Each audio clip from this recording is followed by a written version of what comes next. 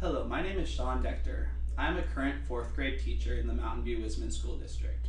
One way that I use Sokikom is to help me during parent-teacher conferences. During this video, I will show you how to walk through a parent-teacher conference using Sokikom. Alright, so after I log in, I choose my class. After I choose my class, I look on the side and I click Behavior Reports. After the behavior reports come up, I would then adjust the time frame to the beginning of the school year. For example, our school this year started on August 13th, and we are currently going to October 16th. So after you have adjusted the time frame, it shows your whole classroom behaviors. This shows the behaviors that your whole class has received since the beginning of the year. After I take a good look at this, I would then click on an individual student. For example, today I'll click on Steve Shoemaker. So when I start a parent-teacher conference, I pull up the student's page. On the student's page, I go over specifically, this is showing them all the points they've earned this entire year. I show them that the green behaviors are all positive behavior points, while the red behaviors are negative behavior points.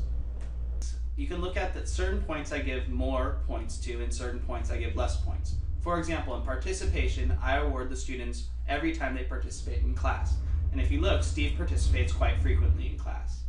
But certain points I only give whenever I notice a student going a little bit above and beyond. For example, creativity points I don't give that often. For example, these points can only be earned during art. I will always make sure to point out points that I give frequently to parents and points that I sometimes give only during spot instances in class.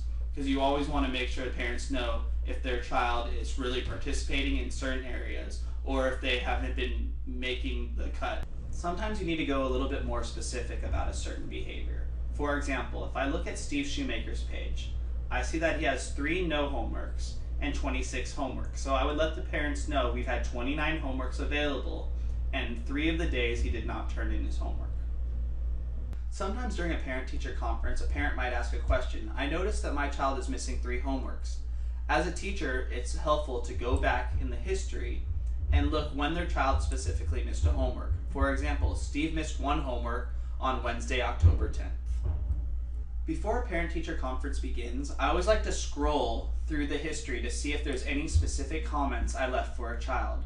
For example, with this child, Steve became a junior coach for Playworks on October 11th. These comments are really helpful to the parents during parent-teacher conference, and I will make sure to discuss them with the parents in detail. So I hope you have enjoyed my video on how to use Sokikom during your parent-teacher conferences. I know that I found them to be very helpful way to start out each conference, to give the parent all the positive behaviors and the negative behaviors, and specifically to let the parent know if they've missed any homework assignments.